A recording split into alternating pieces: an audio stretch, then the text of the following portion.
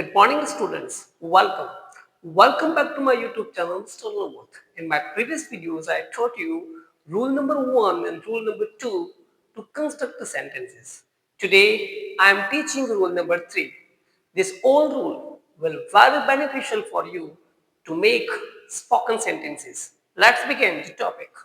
Rule number 3 ये कहना चाह रहा है कि जिन शब्दों के अंत में रहा है, रही है, रहे हैं आए, जैसे वह खेल रहा है, वह पढ़ रहा है, वह कूद रहा है, वो खा रहा है, वो पढ़ रहा है, वो नाच रहा है, वो मुस्कुरा रहा है।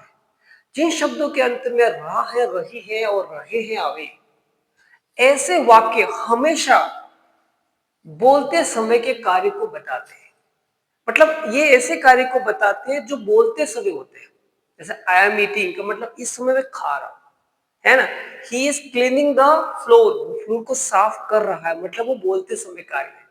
आई एम वॉचिंग टीवी, मैं टीवी वॉच कर रहा हूं, मतलब ये जो कार्य है वो बोलते समय होता है। तभी हमारे रहा है, रही है और रहे आएगा साथियों। जब भी ये चीज होती है तब हम एक फॉर्मूला अप्लाई करते हैं जिसका नाम है subject plus is am are के साथ वर्ब की फर्स्ट फॉर्म में आईएनजी प्लस ऑब्जेक्ट। जब भी किसी एक्शन को कंटिन्यू दर्शाना है हम वर्ब की फर्स्ट फॉर्म में आईएनजी लगाते हैं, और वर्ब की फर्स्ट फॉर्म में आईएनजी को जनरली हम मेन वर्ब की फोर्थ फॉर्म बोलते हैं या प्रेजेंट पार्टिसिपल फॉर्म भी कहते हैं। No need to confuse about MV fourth और एमवी फर्स्ट एडिंग आईएनजी, ठीक है ना। सबसे पहली बात होती है कि इज जो होता है helping verb, is am are यहाँ हेल्पिंग वर्ब है और ये वर्ब की फोर्थ फॉर्म है। तो यह समझना पड़ेगा कि इज का प्रयोग किसके साथ होता है। इज का प्रयोग हमेशा सिंगल के लिए होता है। जैसे ये पेन है तो पेन सिंगल है।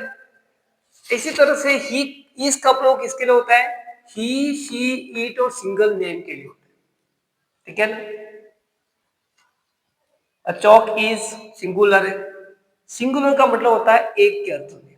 तो इज का प्रयोग होता है a chalk, a boy is, my friend is, the book is, my mother is, teacher is, parent is, friend is, book is, yes, he is, she is, it is and Mohan is. Singular के साथ हमेशा हम लगाएंगे is.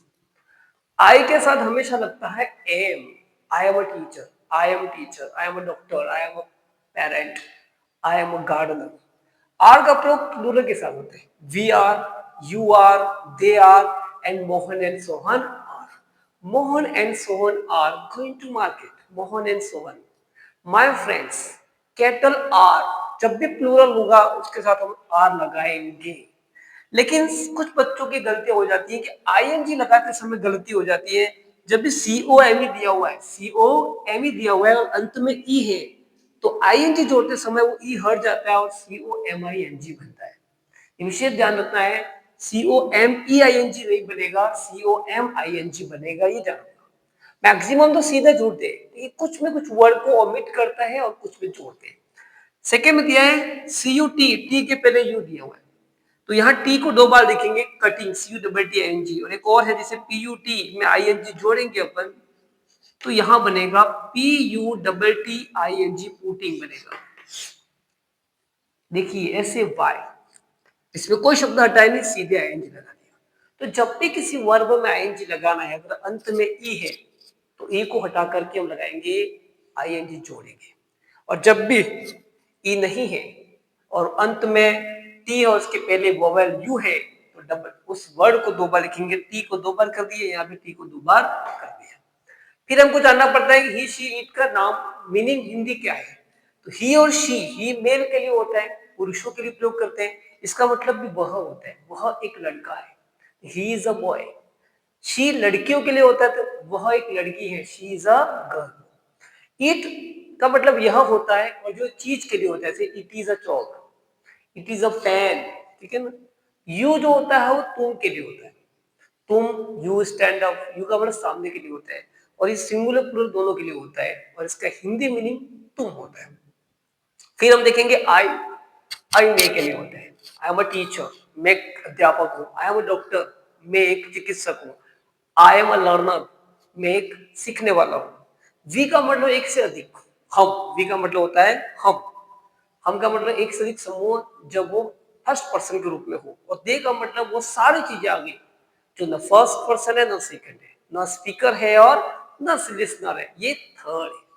ठीक है, अब इस चीजों को देखते हुए कुछ सेंटेंस यहाँ दिए हुए हैं जो बनाए गए, क्योंकि वाक्य के अंत में आ रहा है मैं क्रिकेट खेल रहा हूँ, आ क्या रहा हूँ, और ये एक्शन हो रहा है बोलते समय। किसी ने फोन किया, बेटा क्या कर रहे हो, पापा मैं क्रिकेट खेल रहा हूं, तो यहां रहा हूं शब्द आते ही फॉर्मूला लग जाएगा इज एम आर के साथ फर्स्ट फॉर्म में आईएनजी। पहला लिखा हुआ है मे को अंग्रेजी में बोलते हैं अपन आई, क्या बोलते हैं आई, तो आई के बाद अपन अप्लाई करते हैं इज एम और आर, तो आई के साथ अपन क्या लगाते हैं एम, आई के साथ लगेगा एम, और इसके बाद लगेगा वर्ब की फर्स्ट फॉर्म में आईएनजी।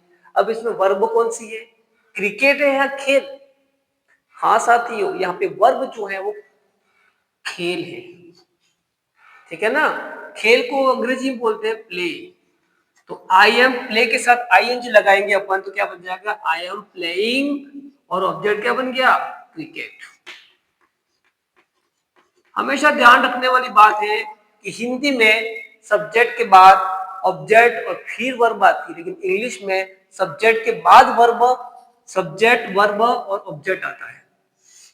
इसका मतलब हो गया I am playing cricket. Second में देखेंगे हम को अंग्रेजी में अपन बोलते हैं, हम को हम बोलते हैं वी, तो हम लिख दिया वी के बाद पढ़ रहे हैं आज, फॉर्मूला देख लिया इज एम और आर, वी के साथ अपन क्या लगाते हैं आर, हो जाएगा वी आर। पढ़ने को बोलते हैं स्टडी भी कहते हैं और रीड भी कहते हैं, रीड लिखेंगे तो रीड में आईएनजी लगेगी, क्या बन जाएगा आर ई डी रीडिंग, और पुस्तक को क्या बोलते हैं अ बुक, आर्टिकल लगता है, इसका मतलब होता है कि उस समय हम पुस्तक पढ़ रहे हैं। सिंपल लॉजिक चीज, रहे हैं शब्द आता है तो इज एम आर के साथ वर्ब फर्स्ट फॉर्म में लगाते हैं आईएनजी। फिर लिखा है वह घर आ रहा है, अब आ रहा है का मतलब कौन हो सकता है, मेल या फीमेल, ये मेल होगा, तो वह को क्या बोलते हैं मेल के लिए ही, पहला लेटर कैपिटल ही, आ रहा है आ गया, हेल्पिंग वर्ब क्या लगेगी ही के साथ इज, तो ही इज, और आने को क्या बोलते हैं कम, तो जब कम में आईएनजी कमिंग, इसके बारे में आपको यही बताया था कि कम में आईएनजी कमिंग, ठीक है, ही इज कमिंग टू, और घर को बोलते हैं होम, HOME, समझ में आ गया, तो वह घर आ रहा है he is coming to home. फिर लिखा है वे झगड़ रहे हैं, वे का मतलब होता है एक से अधिक, जो न स्पीकर है और न ही लिसनर है, दूसरे लोग झगड़ रहे हैं, तो वे को अपन बोलते हैं दे, पहला लेटर कैपिटल हो जाएगा दे, अंत में रहा है दिया तो फॉर्मूला यही लगेगा, देख किसके साथ लगता है इजेमार में क्या लगेगा, दे इधर आ रहा है तो इजेमार में लगेगा आर, दे आर, झगड़ने को बोलते हैं क्वारल या फाइटिंग, तो क्वारल लिखेंगे तो Q U A double R E L I N G, या फिर फाइटिंग लिख दो FIGHT ING, they are fighting, यहां पर ऑब्जेक्ट दिया हुआ नहीं है, तो दे आर फाइटिंग, वे झगड़ रहे हैं।